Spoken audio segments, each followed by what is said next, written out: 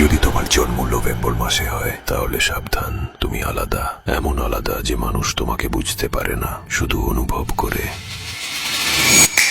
Psychology বলে তোমার ভিতরে একটা সাইলেন্ট স্টর্ম কাজ করে, যা তোমাকে একদিকে আকর্ষণীয় আবার অন্যদিকে বিপজ্জনকও করে তোলে। তুমি রহস্যে ভরা মানুষ, তুমি কম কথা বলো, কিন্তু তোমার চোখ আর চোখেই সব উত্তর লুকানো থাকে। তুমি জানো কাকে কি বলতে হবে আর কখন চুপ থাকা শক্তিশালী উত্তর। তোমার নীরবতাই তোমার পাওয়ার, কারণ মানুষ সবসময় সেই জিনিসের প্রতি আকৃষ্ট হয় যেটা বোঝা কঠিন। তুমি ইমোশনালি গভীর, তুমি ভালোবাসলে ভেতর থেকে ভালোবাসো, ঘৃণা করলে ভেতর থেকে ঘৃণা করো। তোমার একটুখানি দৃষ্টি, একটুখানি আচরণও খানি আচরণেই মানুষ তোমার দিকে টান অনুভব করে। তুমি কারো জীবনে ঢুকলে তাদের পক্ষে তুমি কন্ট্রোল নিতে জানো। তুমি কোথাও গেলে মানুষ নিজে থেকেই তোমার দিকে খেয়াল দেয়। তোমার ভেতরে একটা অদৃশ্য প্রভাব আছে, তুমি কিছু না বললেও সবাই তোমার উপস্থিতি অনুভব করে। তুমি পরিস্থিতিকে নিজের মতো ঘুরিয়ে নিতে জানো, সেটাই তোমার ডার্ক চার্ম। তুমি ক্ষমা করো কিন্তু ভুলে যাও না, তুমি চুপচাপ থাকো, কিন্তু কেউ তোমার সীমা ছাড়ালে